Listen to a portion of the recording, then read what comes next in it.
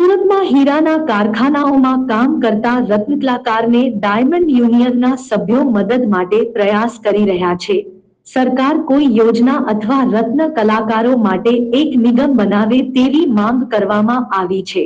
Ukraine, Russia અને Israel Palestine યુદ્ધના કારણે હીરા બજાર પણ ધીમી પડી ગયું છે, જેમાં 50,000થી વધુ રત્ન કલાકારોને કાઢી મૂકવામાં આવ્યા હતા. આર્થિક સંકળામણના કારણે તેઓ અનેક સમસ્યાથી ઘેરાયેલા છે.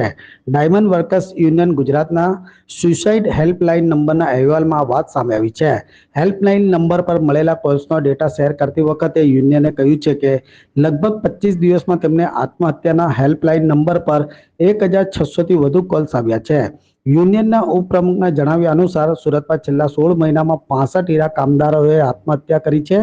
સુરત શહેરમાં મોટા પાયે રફ હીરાનું કટિંગ કરવામાં આવે છે. અહીંના કારખાનાઓમાં હજારો મજૂરો હીરા કાપવાનું કામ કરે છે.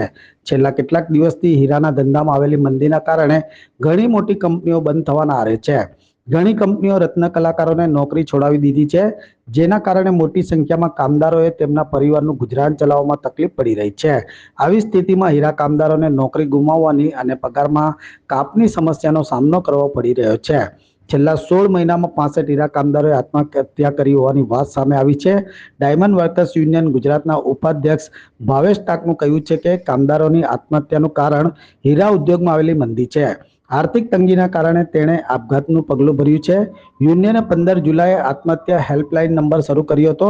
આ હેલ્પલાઇન નંબર પર અત્યાર સુધીમાં 1,600થી વધુ કોલ આવ્યા છે. આમાંથી ઘણા લોકોએ કહ્યું છે કે તેઓ બેરોજગારીના કારણે આત્મહત્યા કરવાનું મન માને છે. હાલ તો યુનિયન દ્વારા સરકાર કોઈ યોજના અથવા રત્ન કલાકારો માટે એક નિગમ બનાવે તેવી માંગ કરવામાં આવી છે. મારું નામ રમેશભાઈ જીલરિયા છે અને હું ડાયમંડ વર્કર યુનિયનના પ્રમુખ તરીકે કાર્યરત છું. અત્યારે હીરામાં છેલ્લા ઘણા સમયથી બેરોજગારીનો બહુ મોટો પ્રશ્ન છે અને મંદીના કારણે આ ઇસ્યુ આવે છે. એના કારણે છેલ્લા 16 મહિનામાં 65 જેટલા રત્ન કલાકારોએ આપઘાત કર્યા છે. એવા દુઃખદ બનાવો અમારા ધ્યાને આવતા અમે રત્ન કલાકારોને આપઘાત કરતાં રોકવા માટે એક અભિયાન ચલાવીએ છીએ કે રત્ન કલાકારો આપઘાત ન કરો, અમને કોલ કરો. એવા સ્લોગન સાથે ડાયમંડ વર્કર યુનિયન દ્વારા એક અભિયાન ચલાવવામાં આવ્યું છે અને એ અભિયાન અંતર્ગત આજે 15 જુલાઈથી અત્યાર સુધીમાં લગભગ 1500થી 1600 કોલ આવ્યા છે અને મોટાભાગના કોલમાં કારીગરો એવી વ્યથા અમારી સમક્ષ રજૂ કરે છે કે એમની નોકરી ગઈ છે અને એના કારણે આર્થિક સંકટ એના માટે ઊભું થયું છે. કારીગરો પોતાના બાળકોની ફી ભરવા અસમર્થ છે. કારીગરો પાસે ઘણા કારીગરોને કીટ વિતરણ કરવાની અમારે ફરજ પડી છે. ઘણા કારીગરો એવી ફરિયાદો કરે છે કે અમે મકાનના હપ્તા નથી ભરી શકીએ, ભાડાનું મકાન હોય તો ભાડા ભરવા અસમર્થ બન્યા છે. ત્યારે આવી વેદનાઓ વ્યક્ત કરતા હોય છે અમારા રત્ન કલાકારો અને અમારા અભિયાનના ફળશ્રુતિ રૂપે લગભગ અમે 8થી 10 કારીગરોને આ જીવના જોખમે અમે બચાવ્યા છે. કારીગરોને પ્રાથમિક જે જરૂરિયાતો છે એ અમે પૂરી પાડી છે. કીટ વિતરણ કરી છે.